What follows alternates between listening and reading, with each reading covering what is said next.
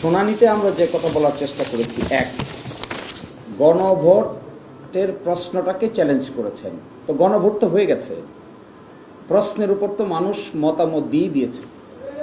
প্রশ্নকে যখন হ্যাঁ না উত্তর দিয়ে দেওয়া হয় তখন প্রশ্নকে চ্যালেঞ্জ করার মানে কি? অর্থাৎ এখন আর প্রশ্নকে চ্যালেঞ্জ করা হচ্ছে না, এখন চ্যালেঞ্জ করা হচ্ছে গণভোটের রেজাল্টকে। যদিও বলছেন গণভোটের প্রশ্নকে, কিন্তু প্রশ্ন তো প্রশ্নের জায়গায় নাই, প্রশ্ন ইতোমধ্যে ফলাফলের জায়গায় চলে এসেছে, অর্থাৎ ফলাফলকেই চ্যালেঞ্জ করেছেন। আমরা আদালতে প্রশ্ন তুলেছি যে 10 দিন অপেক্ষা করে পার্লামেন্ট যদি এই সিদ্ধান্ত নেয় তাহলে আদালতের তার হস্তক্ষেপ করার কোনো প্রয়োজন নাই, মাত্র তো 10 দিন। আগে যেহেতু করা হয়নি, নভেম্বর মাসে আদেশ হয়েছে, ডিসেম্বর মাস, জানুয়ারি মাস, ফেব্রুয়ারি মার্চ, এটা মার্চ মাস যাচ্ছে, এতদিন যদি এটা চ্যালেঞ্জ করার প্রয়োজন না হলো তাহলে 12 তারিখ পর্যন্ত অপেক্ষা করতে এখানে অসুবিধাটা কোথায়? এগুলোর আসলে কোনো সুনির্দিষ্ট উত্তর দিতে পারে নাই। এটা একটা পলিটিক্যাল কোয়েশ্চেন। গণভোট অধ্যাদেশ সেকশন 3-কে যদি চ্যালেঞ্জ করেন, আবার জাতীয় গণপরিষদ গঠন না করতে চান, তাহলে আপনি জাতীয় নির্বাচনকে চ্যালেঞ্জ করেন না কেন?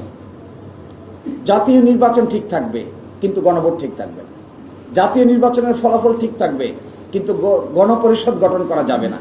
এর অর্থ যেটি বোঝা যাচ্ছে, this two writ petitions are calculative and politically motivated writ petitions. এগুলো কোনো না কোনো জায়গা থেকে কেউ না কেউ একটা ডিজাইনকে ইমপ্লিমেন্ট করার জন্য সুনির্দিষ্টভাবে কিছু আইনজীবীকে ম্যানেজ করে they have taken this initiative. আদালতের সামনে এগুলো উপস্থাপন করে অতীতে আদালতকে ব্যবহার করে যে সমস্ত রাজনৈতিক সমস্যার সমাধান করার চেষ্টা করা হয়েছে সবগুলো বুমেরাং হয়েছে। এই কমিশনের আলোকে বাংলাদেশের হাইকোর্টে 2 সেট বিচারক অ্যাপয়েন্টেড হয়েছে। তার মধ্যে আজকে যিনি জুনিয়র বিচারক ছিলেন তিনিও এই আইনের অধীনেই নিয়োগপ্রাপ্ত বিচারক। অভ্যুত্থান যদি না থাকে, সরকার যদি না থাকে, জুলাই সনদ বাস্তবায়ন অধ্যাদেশ যদি না থাকে, গণভোট যদি না থাকে, তাহলে ওই মাননীয় বিচারক কিভাবে থাকবে? যারা বলছেন গণভোট বাতিল হবে, তারা বলছেন না কেন জাতীয় নির্বাচনও বাতিল হবে? যদি পুরোটাই বাতিল হতে হয় তাহলে why not the national election? Why only the গণভোট? ওয়াই অনলি দি জুলাই সনদ বাস্তবায়ন আদেশ?